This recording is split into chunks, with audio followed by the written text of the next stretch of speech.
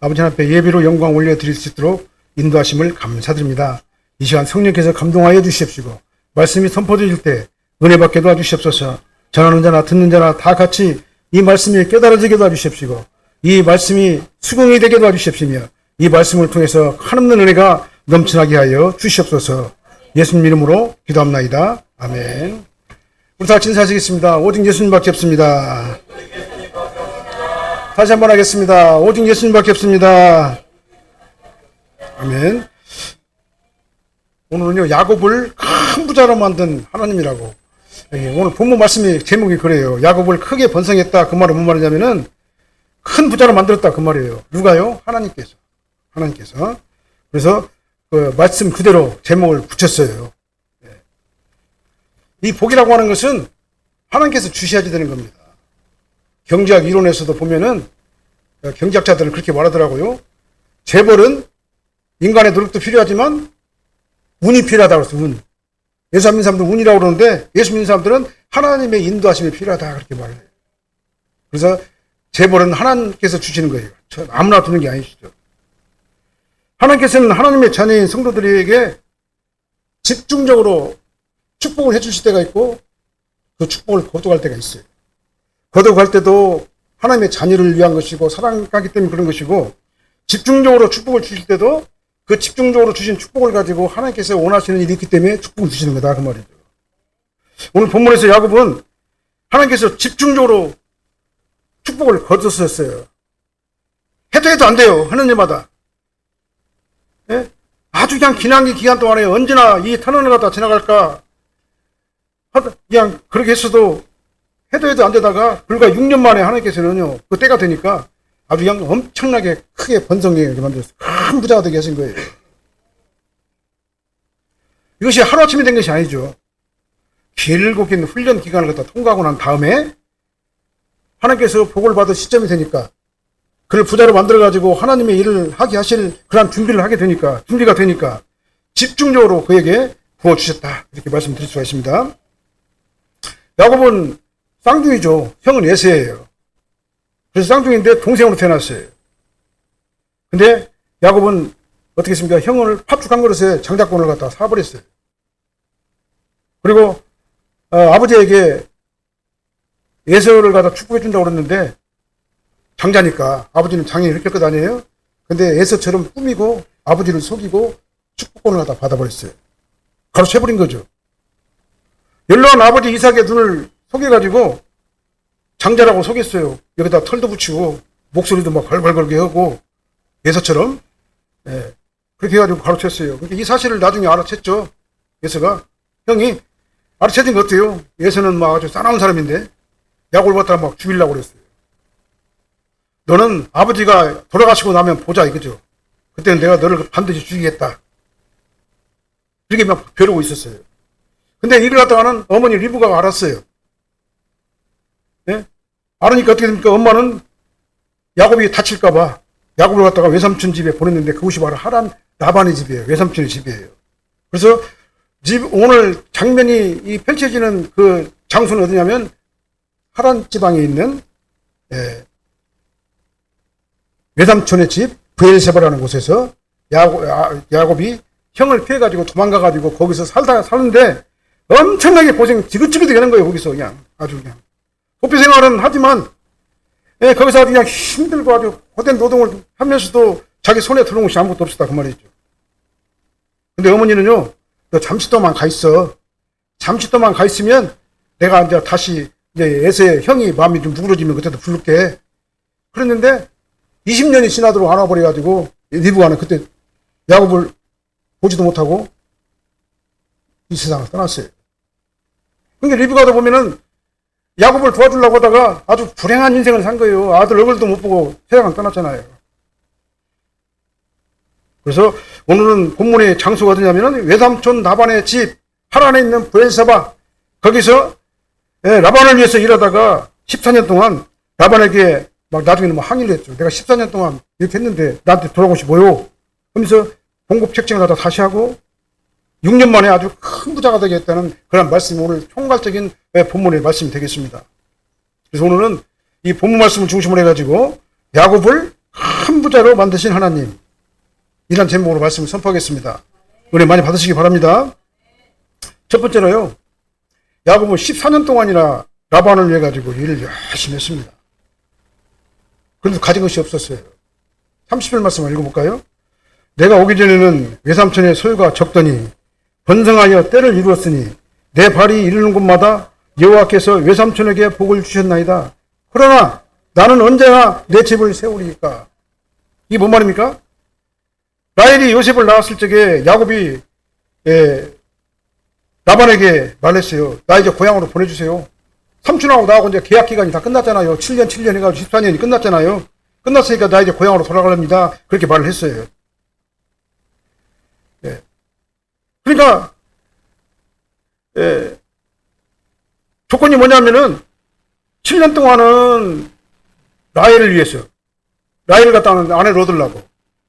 그러니까 그때는 이제 고대 시대이기 때문에 이제 친척 간에도 이렇게 결혼이 가능했던 거예요. 법적으로 아무 이상이 없었죠. 그러니까 외삼촌의 딸하고도 결혼이 가능했다 그 말이죠.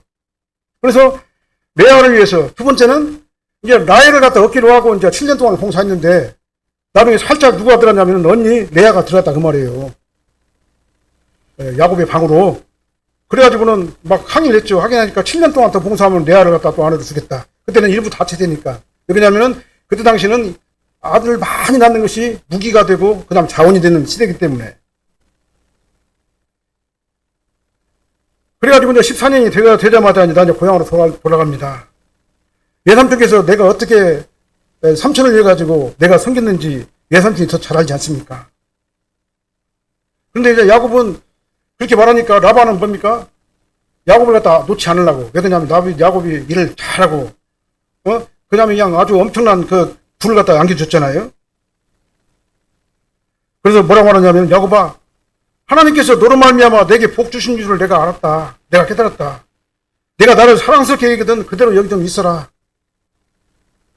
아주 정중하게 부탁을 한 것 같은데 사실은 뭐냐면 보낼 수 없다는 얘기죠. 가기만 하면 가만 안 두겠다 그 말이죠. 그리고 이어서 말합니다. 네가 품삯을 정해. 그러면 그럼 내가 그것을 너한테 줄게. 그렇게 얘기를 했어요.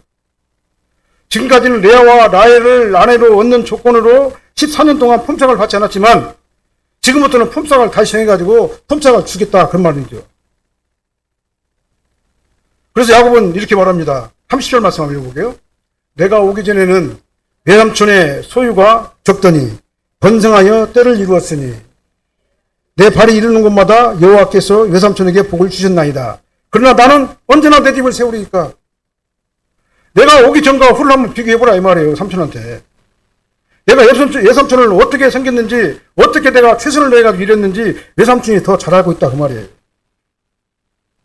내가 오기 전에는 외삼촌의 재산이 형편없었어요. 작았어요. 근데 내가 온 이후로는 막 번성해가지고 때를 이루게 됐다. 이 말은 큰 부자가 되겠다 그 말이에요. 누구 때문에요? 야곱 때문에. 그래서 하나님께서는 야곱이 발에 닿는 곳마다 외삼촌에게 복을 주셔가지고 외삼촌이 큰 부자가 되게 하는데 아주 1등 공신이 됐어요. 그러니까 이 말이 뭔 말이냐면은 하나님의 자녀인 야곱이 가는 곳마다 그것이 막 복이 막 임하게 됐어요. 복이 막 임하게 됐어요. 그래서 하나님의 자녀인 야곱이 가는 곳마다 복이 막 뒤따라다닌 거예요. 그래서 야곱이 가는 곳마다 하나님의 축복이 거기 임하게 됐다 그랬어요. 그래서 야곱이 가는 곳마다 그것이 형통했는데 그런데 정작 야곱에게는 그 축복이 미치지 못했어요. 오늘 본문에 그랬잖아요. 그래서 야곱이 뭐라고 하니까 하나님께서 내가 가는 곳마다 외삼촌을 번성해가지고 큰 때를 이루게 큰 부자가 되겠는데 그런 나에게 뭡니까? 나는 언제나 내 집을 세우겠습니까? 라고 하소연하는 거예요. 내가 가는 곳마다 하나님께서 번성의 복을 펼쳐주지만 나는 지금 현재 가진 것이 아무것도 없습니다. 내가 남을 위해서 최선을 다하고 봉사했는데 내가 가진 것은 아무것도 없다 그 말이에요. 그러니 나는 언제나 내 재산을 소유할 수가 있겠습니까? 라고 하소연을 한 거예요. 나는 고향으로 가야 되겠는데 내가 빈손으로 고향에 갈 수는 없지 않습니까? 그 말이에요. 우리는 여기서 하나님의 섭리를 깨달아야 돼요. 하나님께서 야곱을 외삼촌의 집에 보낸 것은요 하나님의 섭리예요. 왜 그러냐? 지금 현재 가나안 땅은 가나안 이방인들 잡족들이 있는 곳이에요. 근데 아브라함은 셈족이에요. 셈족이 히브리 강을 넘어가지고 히브린이 된 거예요. 그래가지고 샘북의 혈통인 순수 혈통을 갖다 이어받게 하려고 리브가가 외삼촌의 집이죠. 그러니까 거기 가가지고 거기서 라헬과 레아를 갖다 만나게 된 거예요. 그리고 어떻게 했습니까? 이스라엘의 12지파의 자손이라고 할 수 있는 12명의 아들을 거기서 낳은 거예요. 그러니까 이걸 구속사적인 관점에서 보면은 하나님의 놀라운 섭리가 있는 겁니다. 거기 가가지고 12명의 아들을 낳아가지고 12지파의 조상들이 되겠다 그 말이죠. 엄청난 축복을 준비하신 거예요. 하나님께서요. 그때 당시에는 엄청나게 고생하고 막 지긋지긋하게 막 고생을 했지만 나중에 알고 보니까 이것이 엄청난 축복이었던 거예요. 그래서 야곱이 14년 동안 자기 재산을 소유하지 못하게 하신 분도 하나님이시고 그 가운데서도 12명의 아들을 갖다 세워가지고 이스라엘 12지파의 조상이 되게 하신 것도 하나님이시고 야곱을 하나님께서 훈련시키시고 야곱의 잘못된 인생이나 삐뚤어진 어떤 그 생각을 갖다가 인생을 바로 잡아 주셔가지고 이제는 어떻게 합니까? 온전히 하나님만 바라보고 하나님만 의지하고 겸손한 신앙으로 만들기 위한 연단의 과정도 거기에 포함되어 있는 거예요. 그러니까 하나님께서 하시는 일은 오류가 없어요. 하나님께서 하시는 일은요, 모든 일들이 다 하나님의 뜻과 섭리가 있어가지고 하나님께서 합력하여 선을 이루시는 거다 그 말이죠. 그 연단의 기간 내가 생각할 때는 막 한도 끝도 없어요. 막 끝없는 터널이 보이지 않는 것 같아요. 근데 기나긴 훈련의 기간을 통과하는 시점이 딱 되면은 하나님께서 그때부터는 엄청나게 부어주신다 그 말이죠. 그래서 이제는 어떻게 합니까? 이제는 내가 중심이 됐어요. 내가 주인이 됐어요. 내가 나 혼자 내 힘으로 무엇이든지 다 할 수 있을 것 같았어요. 모든 중심이 생활 중심이 나였습니다. 내 중심이 있었어요. 근데 이제는 그 중심이 어디로 변했습니까? 중심의 축이 하나님으로 변해버렸어요. 그래서 하나님으로 변해가지고 하나님을 전적으로 의지하고 모든 것을 주님의 은혜인 것을 고백해야 되고 아버지 하나님께서 함께 하시지 않으시면 나는 아무것도 할 수 없다라는 그 사실을 이제 깨닫게 됐다 그 말이죠. 그래서 이제는 전적으로 하나님의 은혜를 갖다 구는 거예요. 주님 나는 못해요. 나는 아무것도 아니에요. 하나님께 도와주셔야지만 가능해요. 이렇게 겸손한 상태로 변하게 된 겁니다. 그래서 우리는 이걸 갖다 빨리 깨달아야 돼요. 하나님 앞에 답작 엎드리는 훈련을 해야 돼요. 그러니까요. 그래 하나님 앞에 자비와 겸손하다 궁리를 갖다 구하는 훈련을 해야 돼요. 그래야지만이 하나님께서는 우리의 긴 터널, 끝이 보이지 않는 긴 터널에서 빨리 벗어나게 하신다 그 말이에요. 그렇게 되시길 예수님으로 축원합니다. 그럼 두 번째로는요, 내가 14년 동안 열심히 일했어도 가진 것이 없다고 하소연하고 난 다음에 외삼촌 나반에게 이제 항의를 한 거죠. 품삯을 올려달라고 막 요구를 한 거예요. 32절 말씀 한번 볼까요? 32절이요. 오늘 내가 외삼촌의 양떼를 두루 다니며 그 양 중에 아름진 것과 점 있는 것과 검은 것을 가려내며 또 염소 중에 점 있는 것과 아름진 것을 가려내니 이 같은 것이 내 품삯이 되리다 그랬어요. 그렇게 요구를 했어요. 그러니까요. 그 전에 어떻게 했냐 31절도 한번 볼게요. 31절 라반이 이르되 내가 무엇으로 내게 주랴 야곱이 이르되 외삼촌께서 내게 아무것도 주지 않으셔서 나를 위하여 이 일을 행하시면 내가 다시 외삼촌의 양떼를 먹이고 지키리이다. 협상하는 거죠. 하나님께서는 야곱이 축복할 때가 되니까요. 이제 막 새로운 환경을 갖다 야곱에게 막 주신 거예요. 30절에서 보여. 그러나 나는 언제나 내 집을 세울 수 있겠습니까? 남 좋은 일만 다 시키고 남만 부자 다 만들어주고 내가 가지고 있는 건 아무것도 없는데 내가 어떻게 빈손으로 고향에 갈 수가 있겠습니까? 라반은 내가 너한테 뭐 줄게 뭐 어떻게 하면 좋겠냐 그러니까 이렇게 말한 거예요. 아이 삼촌 아무것도 안 줘도 돼요. 다만 오늘 본문에 말한 거죠. 다만 내가 양떼를 두루 다니면서 아주 물장 것들 그러니까 아름지고 점있고 얼룩지고 정말 못쓰게 생긴 짐승들만 나한테 주세요. 그 말이죠. 그러면 내가 그걸 갖다가는 삭스로 받겠습니다 라고 말한 거예요. 그러니까 내가 무엇으로 내게 주랴 30절에서 그렇게 말하니까 야곱의 말에 라반은 뭡니까? 말했죠. 야곱이 말하니까 이 말은 뭔 의미냐면요. 표면적으로는 배려하는 말처럼 보여요. 그래 내가 너한테 하라는 데 쓸 테니까 네가 한번 말해봐 그 말인데 이 말이 뭔 말이냐면요. 실제로는 아무런 보상도 해주지 않겠다는 얘기예요. 너 지금 가면 아무것도 없어 국물도 없어 그 말이에요. 아주 인색한 라반의 모습을 볼 수가 있는 겁니다. 너 지금 가? 그럼 나는 아무것도 안 줄 거야. 아무것도 없어. 그 말이죠. 그러니까 네가 원하는 것이 뭐냐는 말이에요. 나보고 어떻게 하라는 말이냐 그 말이죠. 계약 기간은 끝났고 이제 계약대로 다 됐으니까 너는 빈손으로 가려면 가라 그런 얘기예요. 그러니까요. 이 감귀한 나반은 14년 동안 야곱을 아주 철저하게 어떤 자신의 이익을 위해 가지고 이용을 했어요. 그러면서도 야곱에게 계약 기간이 끝나간 다음에 아무런 품삯도 주지 않으려고 아주 계획을 한 거예요. 아주 착취를 한 거죠. 그래서 이런 나반의 이런 감귀한 성품을 야곱은 알았어요. 미리. 그러니까 야곱이 뭐라고 말했습니까? 삼촌 아무것도 안 줘도 돼요. 다만 이것을 위해서 이것만 허락해 주신다면은 내가 다시 열심히 일하겠습니다. 라고 말한 거예요. 그리고 야곱은 이렇게 말했죠. 32절로 33절을 한번 읽어볼게요. 32절, 33절. 오늘 내가 외삼촌의 양떼에 두루 다니며 그 양 중에 아롱진 것과 점 있는 것과 검은 것을 가려내며 또 염소 중에 점 있는 것과 아롱진 것을 가려내리니 이 같은 것이 내 품삯이 되리이다. 후일에 외삼촌께서 오셔서 내 품삯을 조사하실 때 나의 의가 내 대답이 되리다. 내게 혹시 염소 중에 아롱지지 아니한 것이나 점이 없는 것이나 양 중에 검지 아니한 것이 있거든 다 도둑질한 걸로 하소서. 그러니까요, 건강하고 아주 정상적인 양이나 염소는 삼촌 거예요. 그 다음에 얼룩지고 점 있고 아롱지고 색깔 있는 정말 상품 가치가 없는 것만 나한테 주세요. 그 말이죠. 그 말이죠. 그러니까 야곱이 나반의 그 간교한 그 성정을 아니까 그렇게 말한 겁니다. 그러니까 뭐예요? 인색한 나반이라도 거절할 수 없는 제안을 한 거예요. 그러니까요. 아주 솔깃한 제안이죠. 그래서 내가 예삼촌의 양떼를 모두 돌아보고 그 중에 검은 양 새끼와 얼룩지고 점 있는 염소를 골라내겠습니다. 그것을 나의 삭스로 주세요.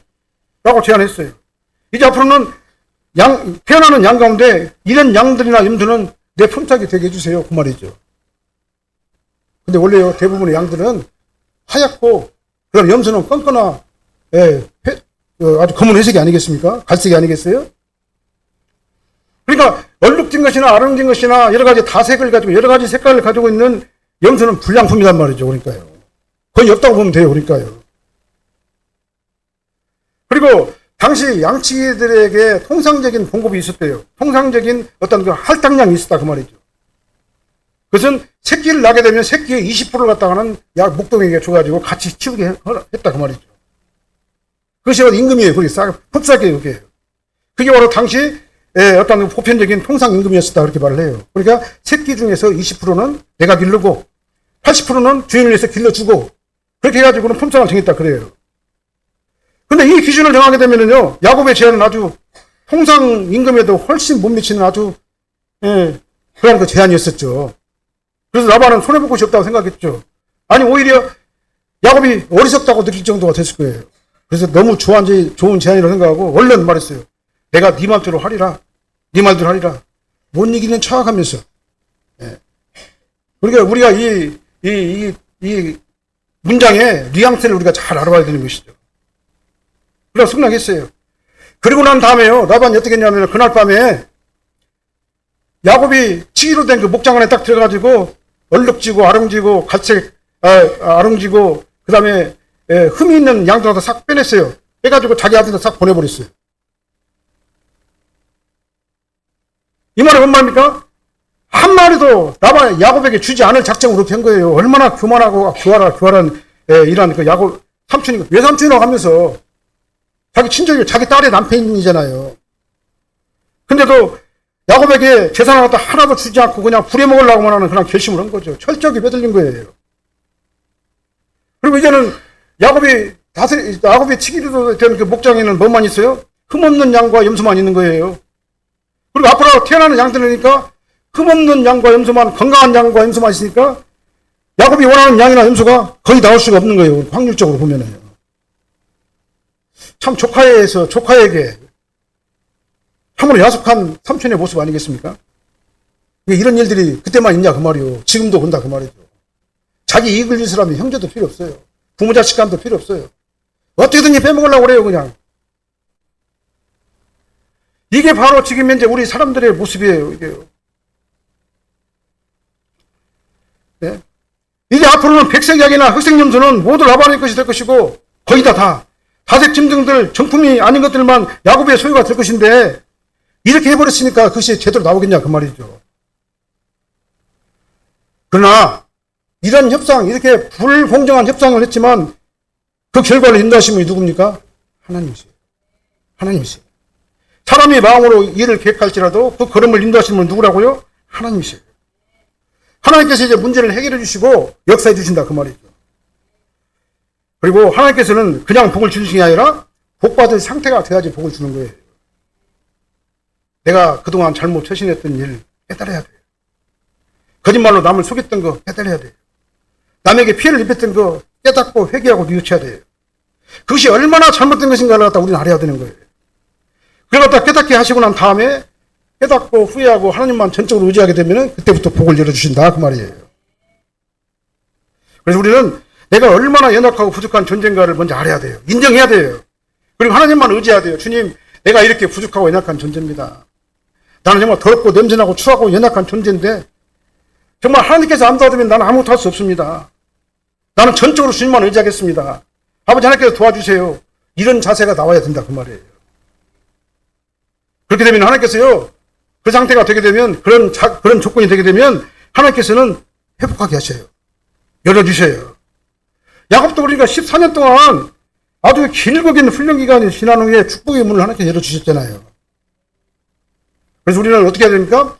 하나님께서 나를 향하신 하나님의 뜻이 무엇인가를 갖다 빨리 깨달아야 돼요. 그러면 어떻게 되면 기도해야 돼요. 하나님 알려주세요. 하나님 뜻이 뭐예요? 내가 어떻게 했으면 좋겠어요? 이걸 갖다가 하나님의 뜻을 물어보는 우리가 돼야 돼요. 이런 영적 회복이 선행돼야지만 하나님께서 주신다 그 말이에요. 그래야지만 영혼이 잘 된 것 같이 범사가 잘 되고 강건하는 복이 우리 삶을 통해서 나타나게 되는 거다 그 말이죠. 그렇게 되시길 바랍니다. 이제 하나님께서 야곱을 큰 부자로 만드셔요. 43절 먼저 보게요. 43절. 이에 그 사람이 매우 번창하여 양떼와 누비와 낙타가 많았더라. 매우 번창했다는 말은 뭔 말이냐면요, 원어적으로 큰 부자가 되었다 그 말이에요. 누가요? 야곱이. 야곱이 매우 번창하여 큰 부자가 돼가지고 양떼와 노비와 낙타와 나귀가 많았더라. 이 결론이에요. 이렇게 하나님께서는 14년 동안을 걸쳐가지고 정말 해결할 수 없을 것 같은, 불가능할 것 같은 그런 야곱, 그래서 14년을 걸쳐가지고는 그러나 12아들을 갖다 낳게 하신 후에 본향인 가나안으로 보내기 해가지고 재정을 회복하게 하신 거예요. 이게 다 하나님의 뜻과 섭리 가운데 있는 거예요. 그리고 하나님께서 야곱에게 본향 가나안 땅으로 돌아가게 하고 싶은 마음을 주셨어요. 가야만 한다고 하는 그런 마음을 주신 거예요. 왜 그렇습니까? 바로 그 가나안 땅이 하나님께서 약속의 땅, 선민의 땅이기 때문에 그래요. 그럼 우리가 가야 할 곳 뭡니까? 영원한 가나안 땅이 돼요. 천국이에요. 우리는 어디로 와야 됩니까? 하나님의 교회로만 가야 돼요. 거기가 우리가 가야 될 곳이라는 걸 알아야 되는 겁니다. 왜 그러냐? 거기가 우리의 본향이기 때문에, 영적인 본향이기 때문에 그러는 거예요. 교회에 와가지고 은혜 받아야 되는 겁니다. 그래서 야곱은 본향으로 가고 싶은 마음이 막 그 안에 막 있는 거예요. 누가 그렇게 하시는 거예요? 하나님께서 그렇게 만드시는 거예요. 그래서 저여러분들이 이제 하나님 앞에 왔어요. 왜냐? 이곳이 하나님 약속의 땅이기 때문에 그렇습니다. 우리는 보이는 현재 우리 이 세상에서 보이는 약속의 땅은 교회고 우리가 가야 될 영원한 가나안 땅은 어딥니까? 영원한 천국이에요. 그래서 우리 교회는 천국의 모형과 같은 곳이다 이 말이죠. 거기서 이스라엘의 12지파가 형성되죠. 12아들이 있는데 야곱이요. 그 다음에 다윗 왕조가 세워지죠. 이스라엘 12지파를 통해 가지고 다윗 왕조가 세워지게 되고 이스라엘의 영원한 왕이신 예수 그리스도가 탄생하는 것이 하나님의 섭리고 뜻이기 때문에 그래요. 이걸 위해 가지고 이제 어떻게 됩니까? 다윗에게 재정을 또 회복해 주시는 거예요. 그래서 야곱에게 기나긴 세월 동안 연단을 시키시고 훈련을 시키시고 거기서 너무나도 힘들고 고달픈 그런 삶을 살게 하셨지만 12명의 아들도 낳게 하셨다. 그러니까 축복과 고난이 같이 가는 거다 그 말이죠. 그래서 야곱이 라반의 집인 브엘세바는요, 연단의 장소, 훈련의 장소, 그 다음에 준비하는 장소. 그 다음에 하나님께서 철저한 섭리 안에서 준비하는 장소가 바로 브엘세바, 하란에 있는 브엘세바, 라반의 집이에요. 그런데 하나님께서는 훈련 중이라도 하나님께서는 12지파를 갖다가 세우기 위한 야곱의 12아들을 갖다가 세워주신 거예요. 네. 이제 야곱은 이제 종업원이 아니죠. 이제 계약을 했잖아요. 물장 것들, 그러니까 흠있고 아름지고 점 있는 것들은 이제 다 내 것이다 라고 수익 분배 계약을 맺었잖아요. 그러니까 노력한 만큼의 대가를 치를 수 있게 됐습니다. 이때부터 하나님께서 역사하신 거예요. 이전에는 야곱이 가는 것마다 남을 위해서 남 존재만 다 시켰어요. 근데 지금부터는 어떻게 합니까? 하나님께서 그 복을 야곱에게로 방향을 바꿔보셨다 그 말이죠. 37절로 39절 말씀 보게요. 야곱이 버드나무와 살구나무와 신풍나무의 푸른 가지를 가져다가 그것들의 껍질을 벗겨 신문이를 내고 그 껍질을 벗긴 가지를 양떼가 와서 먹는 개천의 물 부위에 세워 양떼를 향하게 하매 그때가 물을 먹으러 올 때에 새끼를 베니 가지 앞에서 새끼를 뱀으로 얼룩얼룩한 것과 점이 있고 아르는 것을 낳은지라. 야곱이 이 방법을 취한 건요 과학적인 방법이 아니에요. 어떤 그 유전학적으로 맞도 않는 얘기예요. 저거는요 전혀 과학적인 얘기 아니에요. 저거는요 어떻게 버드나무와 살구나무와 시풍나무까지 플라타스 나무죠. 시풍나무 가지 갖다가는 물 구에다가 대고 거기 갖다가 물을 먹게 하니까는 어떻게 얼룩얼룩하고 점 있는 아름다운 것이 나요? 말도 안 되잖아요. 전혀 과학적이지 않잖아요. 우리 인간적으로 생각하면 그렇다 그 말이에요. 아주 이성적인 것도 아니고 합리적인 것도 아니고 정말 웃기고 우스운 나중에 허접한 얘기가 될 수밖에 없어요. 인간적인 이성적인 면에서 이 말씀을 다 받아들이면. 근데 안 그래요. 예를 들어서 모세 지팡이를 한번 보세요. 모세 지팡이는 그냥 지팡이일 뿐이에요. 근데 지팡이가 하나님의 역사지가 그 지팡이가 뱀으로도 변하고 하나님께서 도구로 사용하시니까 홍해 바다를 가르기도 하고 지팡이마다 뒤집어내니까 그 지팡이로 바위를 치니까 바위에서 생수가 나오기도 하잖아요. 그 다음에 마라에 물이 써가지고 도저히 먹을 수 없는데 나뭇가지를 갖다가 승물에 던지니까 그 물이 단물이 되어버렸잖아요. 이건 전혀 과학적이 아니잖아요. 이것도요. 현실성도 없는 얘기잖아요. 말도 안 되는 얘기잖아요. 근데 하나님께서 함께 하시니까 된 거예요. 야곱의 경우도 마찬가지입니다. 아주 기적과 같은 일들이 현실에 일어나게 된 겁니다. 야곱이 버드나무, 살구나무, 신풍나무 가지를 껍질을 벗겨가지고 개천에 물 구유 위에 놓고 그 양과 염소를 지나가니까 얼룩지고 아름지고 점 있는 새끼들이 나왔어요. 전혀 과학적인 근거 없어요. 그러나 하나님께서는 야곱에게 그런 감동을 주신 거예요. 이 감동을 주신 분은 누구라고요? 하나님이에요. 하나님께서 그 감동을 주시니까 믿음대로 순종한 거예요. 그러니까 이런 기적과 같은 일이 일어나게 된 겁니다. 과학적으로, 현실적으로, 논리적으로, 이성적으로는 안 맞는 얘기지만 하나님께서 감동을 주셔가지고 그렇게 하게 하니까 하나님께서 그 일을 갖다 역사해 주셔가지고 야곱이 원하는 대로 얼룩지고 점박이고 다색에 염색해 놨는데 근데 물짠 거죠 하나님께요. 근데 형편없는 것이 아니라 아주 건강하고 양질의 양과 염소가 태어났어요. 그뿐만 아니라 야곱이 감당할 수 없을 정도로 아주 그 수가 막 엄청나게 짧은 시간에 막 갑자기 불어나게 된 거예요. 이걸 누가 하는 거예요? 하나님께서 하시는 거예요. 하나님께서 원하시면 어떻게 합니까? 어느 날 갑자기 엄청나게 하나님께서 부어주시는 거예요. 하늘의 보고를 열어가지고 쏟아 부어주시는 거예요. 14년 동안 길고 긴 기간 동안 아주 그냥 쩔쩔매면서 그냥 방황하고 헤맸는데 하나님께서 어느 순간에 확 열어버리니까 우리 인간이 감당할 수 없을 정도로 아주 하나님께서 부어주셔가지고 이스라엘에 갈 수 있는 자금원을 만들어주셨다 그 말이에요. 하나님께서 채워주셔야지만 가능한 거예요. 인간이 해서는 안 되는 겁니다. 그래서 이 축복의 문은 누가 열어주셔야 되느냐? 하나님께서 열어주셔야 되는 거예요. 이 하나님이 바로 우리 하나님이에요. 하나님께서 함께 하시기만 하면 안 될 것 같은데 돼요. 내 강단에서 말하죠. 우리가 하나님 말씀에 순종하고 하나님 말씀을 따라가고 하나님께서 원하시는 일을 우리가 하기만 하면 안 될 것 같은데 된다. 우리 인간의 이성적인 논리적으로 과학적으로 왜 불적에는 도대체 말도 안 되잖아요. 어떻게 버드나무와 살구나무를 갖다가 그 위로 지나가긴 하는데 얼룩진 양이 나오냐 그 말이에요. 말도 안 되지만 하나님께서는 하신다 그 말이에요. 그래서 우리는 해야 될 일은 뭐냐? 하나님의 뜻을 구하는 겁니다. 다시 한번 말씀드립니다. 하나님 나 정말 힘들고 어려워요. 나 죽겠어요 지금. 너무나 힘들어요. 근데 이렇게 힘든 이유가 뭔가 좀 깨닫게 해주세요. 하나님께서 알려주세요. 나를 향하신 하나님의 계획이 먼저 무엇인가를 알아야 되는 겁니다. 우리가 기도하는 게 뭐냐면은 하나님의 뜻을 구하는 겁니다. 하나님 돈 주세요. 예? 살되게 해주세요. 막 형통하게 해주세요. 그렇게 말하기 전에 내가 하나님 앞에 무엇을 해야 될 것인가 하나님의 뜻을 먼저 구하는 우리가 되어야 되는 거예요. 내가 이렇게 하고 싶은데 하나님의 뜻은 뭡니까? 라고 물어봐야 돼요. 그 기도는 뭐냐? 하나님의 뜻을 물어보는 게 기도예요. 그리고 그 기도대로 순종하게 되면은 안 될 것 같은데 된다. 안 될 것 같은데 되는 축복에 우리 사랑교회 모든 성도님들이 다 되시길 바랍니다. 네, 그래서 이게 영적인 문제, 이 종교적인 문제, 우리가 하나님을 믿고 하나님을 따라가는 문제는요, 인간의 이성적인 문제를 해결시키는 게 아니에요. 하나님께서 함께 하셔야지만이 된다라는 것을 우리는 아주 뼛속 깊이 우리가 깨달아야 되는 거예요. 자꾸 그냥 세상적인 논리를 가지고 안 돼, 그건. 내가 이성적으로 논리적으로 판단하는 거 그건 안 돼, 그거 안 돼. 그렇게 하지 마시기 바랍니다. 나는 안 돼도 하나님은 된다. 나는 부족해도 하나님께서는 모든 것이 다 된다. 하나님을 전폭적으로 의지하면 안 될 것 같은데 되는 역사가 일어난다. 이 믿음이 우리의 신앙 사고를 갖다 장악을 해야 돼요. 그래야지만 우리가 하나님을 전적으로 의지하죠. 그렇게 되시기를 예수님으로 축원합니다. 기도하겠습니다. 사랑하는 하나님 감사합니다. 우리는 항상 어떤 일을 할 적에 인간적인 생각과 과학적인 방법과 논리적인 사고와 이성적인 것을 가지고 미래 예단하고 결정하고 하나님의 뜻을 무시해버리는 경우들이 너무나도 많았습니다.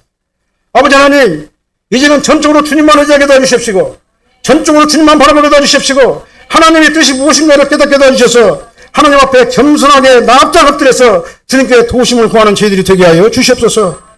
그래서 안 될 것 같은데 되는 역사가 있게 하여 주시옵소서. 아버지 하나님께서 하늘의 보고를 열어주셔서 정말 순식간에 엄청난 축복이 우리 사랑학교의 모든 성도님들 가운데 일어나게 하여 주시옵소서. 그래서 주님을 위해서 헌신하게 도와주십시고 아버지 하나님을 위해서 최선을 다하는 우리 사랑학교의 성도님들이 다 되게 하여 주시옵소서. 예수님 이름으로 축복하며 기도합나이다. 아멘.